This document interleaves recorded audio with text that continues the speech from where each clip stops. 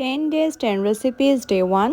এখন থেকে আমি তোমাদের সাথে রামাদান স্পেশাল রেসিপিসগুলো শেয়ার করব। আশা করি তোমাদের কাছে অনেক বেশি ভালো লাগবে। চেষ্টা করব কিছু ইউনিক রেসিপি শেয়ার করার জন্য। সো আজকে বানাবো চিকেন জালি কাবাব। এখানে মুরগির দুটো ব্রেস্ট পিস নিয়েছি। এখন এগুলোকে আমি ব্লেন্ডার করে নিব। সাথে দিব দুটো পাউরুটি, আর পাউরুটিগুলোকে আমি একটু ছোট ছোট করে টুকরো করে দিব। পেঁয়াজ দিয়ে দিব 1/4 কাপ পরিমাণ, আর 10-12টার মতো কাঁচা মরিচ। এখন এই সবগুলোকে ব্লেন্ড করে নিব। এখন দিব সয়া সস 1 টেবিল চামচ, আর স্বাদ অনুযায়ী লবণ, 2 চা চামচের মতো কাবাব মশলা, একেবারে সামান্য পরিমাণে আদা রসুন ইউজ করছি। সফট অ্যান্ড জুসিনেস এর জন্য 1.5 চা চামচের মতো টক দই দিয়ে দিচ্ছি, আর দিয়ে দিচ্ছি 1 টেবিল চামচ টমেটো কেচাপ। এখন দিয়ে দিব কিছু পরিমাণে পুদিনা পাতা, ধনিয়া পাতা আর কাঁচামরিচ কুচি। পুদিনা পাতাটা মাস্ট বি ইউজ করবেন, কারণ এতে কাবাবের টেস্টটা পুরোই ডিফারেন্ট হয়ে যায়। আর দিয়ে দিলাম 1/2 কাপ পরিমাণ পেঁয়াজের বেরেস্তা। একটু মাখিয়ে আমি আরো কিছু মশলা অ্যাড করব। 1/2 চা চামচ মরিচের গুঁড়া, জিরার গুঁড়া আর সামান্য পরিমাণে ধনিয়ার গুঁড়া দিব। দিয়ে দিচ্ছি 1 চামচ লেবুর রস, আর একটা ডিম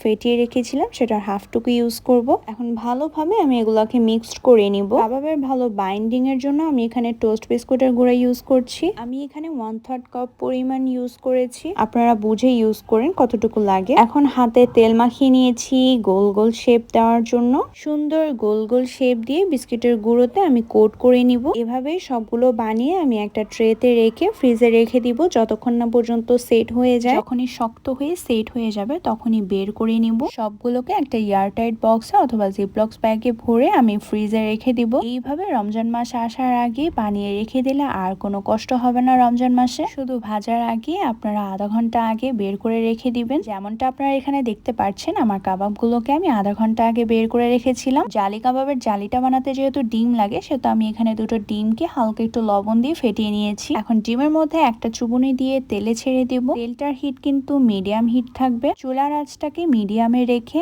আমি 8 মিনিটের মতো এপিটোপিট ভেজে নেব। কাবাবটা দেওয়ার পরে আমি হাত দিয়ে কিন্তু ডিমটাকে একটু ছিটিয়ে ছিটিয়ে দিয়েছি, এতেই জালিটা তৈরি হবে। 7-8 মিনিটের বেশি কিন্তু ভাজা যাবে না, না হলে ভিতরে জুসিনেসটা চলে যাবে। আমি আরো কিছু এক্সট্রা জালি বানিয়ে নিয়েছি, দেখতে বেশি সুন্দর লাগে। এখন তুলে সার্ভ করে নিব। অসম্ভব মজার, সবাই অবশ্যই ট্রাই করবেন। রমজান মাসে কিন্তু একটু কাবাব আইটেমটা বেশি খাওয়া হয়, তাই আপনারা আগ থেকে বানিয়ে রেখে দিবেন। তো এখানেই বিদায় নিচ্ছি। নেক্সট আরেকটা এপিসোডে আরেকটা নতুন কোনো রেসিপি নিয়ে আসবো।